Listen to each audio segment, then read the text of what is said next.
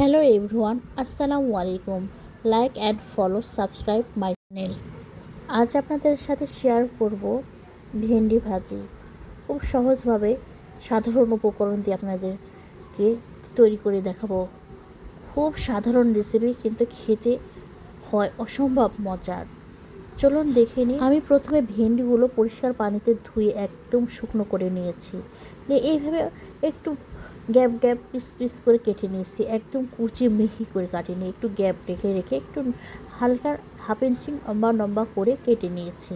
তারপর আমি কড়াইটা চুলায় বসে দিয়েছি। কড়াই যখন গরম হয়েছে তখন আমি এখানে পরিমাণ মতো সরিষার তেল, হাফ চামচ জিরা, 4 থেকে 5টি কাঁচা মরিচ চিরা দিয়েছি। এখন আমি মরিচ জিরা 1 মিনিটের মতো ভেজে 1 মিনিট পর আমার যখন ভাজা হয়ে যাবে তখন ধুয়ে পরিষ্কার করে কেটে রাখা ভেন্ডিগুলো দিয়ে দিব কড়াইয়ে।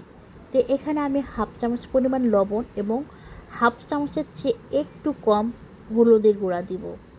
দিয়ে এখন সব মশলার সাথে ভেন্ডিগুলো সুন্দরভাবে ছুরি দিয়ে মিশিয়ে নেব। এভাবে উল্টিয়ে পাল্টিয়ে মিশিয়ে নেব। ভেন্ডিতে পানি থাকলে ভেন্ডিগুলো অনেক আঠালো বা লেলপেলে টাইপের হয়ে যায়, পেলপেল করে, খেতেও ভালো লাগে না ঠিক ওরকম। এভাবে ভেন্ডি কেটে ভাজি করলে ভেন্ডিগুলো অনেক ঝরঝরে, খেতেও হয় মাশাল্লাহ অসাধারণ সুন্দর স্বাদের। তো এখন আমার ভেন্ডির সাথে সব মশলা মেশানো হয়ে গেছে। এখন আমি এখানে ঢাকনা দিয়ে ঢেকে দেবো। আমার তেল পরিমাণে কম দেওয়া হয়েছিল মনে হয়, সেজন্য আমি একটু তেল বাড়িয়ে দিয়েছি। আর একবার তেলের সাথে এই ভেন্ডিগুলো সুন্দরভাবে মিশিয়ে নেব। আমার মিশানো হয়ে গেছে।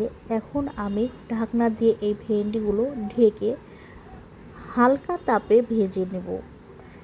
আর আমি 5 মিনিট পর পর এভাবে ভেন্ডিগুলো উল্টিয়ে পাল্টিয়ে দেব যেন পুড়ে না যায়। আর এখানে ভেন্ডি থেকে কোনো পানি বের হয়নি, সেজন্য একদম হাই হিটে বা মিডিয়াম হিটে এই ভেন্ডিগুলো ভাজা যাবে না। একদম মিডিয়াম টু লো হিটে এই ভেন্ডিগুলো আমি ভাজবো। দেখেন আমার ভেন্ডিগুলো কত সুন্দর ঝরঝরে, আর দেখতেও মাশাআল্লাহ চমৎকার হয়েছে। আমার এই রান্না আপনাদের ভালো লাগলে আমার YouTube channel smart family video এবং আমার ফেসবুক পেজ স্মার্ট ফ্যামিলি কিচেনে লাইক ফলো সাবস্ক্রাইব করবেন। মাশাআল্লাহ হয়ে গেছে আমার ভেন্ডি ভাজি। আল্লাহ হাফেজ।